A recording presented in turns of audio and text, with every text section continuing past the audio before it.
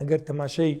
دەقە قورئانیەکان بکەین خوای گەورە منەت لە سەعەبدەکانی ئەکا ئەفەرمێ تەماشا بکە ئەو هەموو نیعمەتانەی کە لەگەڵم کردی خۆ هەر لە نیعمەتی ئاو تەماشا بکە خوا فەرمی و ئەنزەلنا من السەماء ماء طهورا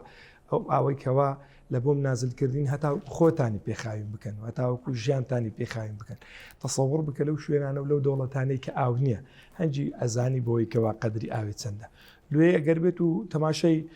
قورئانێ بکەین بەڕاستی پێویستی بە سەعاتە هەتاوەکو لەسەری دەڕۆی بەس تەنها لە فەلسەفەی ئاوێت چونکە هەم لە ڕووە غیداییەکەی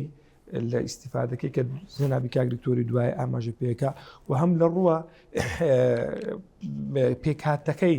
جانبە پێکهاتە عیلمیەکەی ئەو ئاوە لە چ پێک دێت دوای ئەوەی کو دروستە بی دوای ئەوەی شێوازی هاتنی لە ئاسمانێ دوای ئەوەی شێوازی گلدانەوەی لە ناوزەوی دوای ئەوەی ئایا ئەو ئاوە ئەگەر بێت و نەمینی حتا یعنی تەقریرێکەیە پێم شتێکی جوان و دەفەرمی ساڵانە هەمویان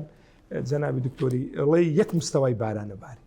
هەموو یەک مستەوای باران یعنی ئەگەر بێت و لە منطقەی کم بباری لە منطقەی دیکە لەوەی تەعویزەکاتۆ یعنی حتا ئەڵێ ئەو مای لە ئاسمانی نازلە بی 409,000 کیلومتر مکعب سنويا تەماشاکەی لە ئەو ئاوەی کە دەبیتە بخار 455,000 کیلومتر مکعب سنويا عجزی مایی لە ئەوەی بەهۆی کەمیەی بخار و ئەو بابەتانە کە لە ناو بەحرێ دروستە بی لەگە کەمیەی بارانی لێ چی بدە 455 ناقصی 409 بکە یەکسانە بە 46,000 کیلومتر مکعب دوجا سنويا کاتە تو لێرە تەماشاکەی خوا تەوازونە چی ڕاگرتە لۆی خوا ئەفەرمی لەو ئاەتەی کە باسمان کرد کە خوای پەروەردگار جل جلاله و فەرمووی وما ننزله إلا بقدر معلوم يعني بابەتەکە خوا دەیەوێت تەوازونی زەوی ڕابگری نە هەندەیە نێری هەتاوە بن طوفانێ بکەوی نە هەندە شوێنێری تووشی جەفاف و تووشی وشتی ببی تەوزیعاتەکەی تەوزیعاتێکی زۆر دقیقە. میهرەبانی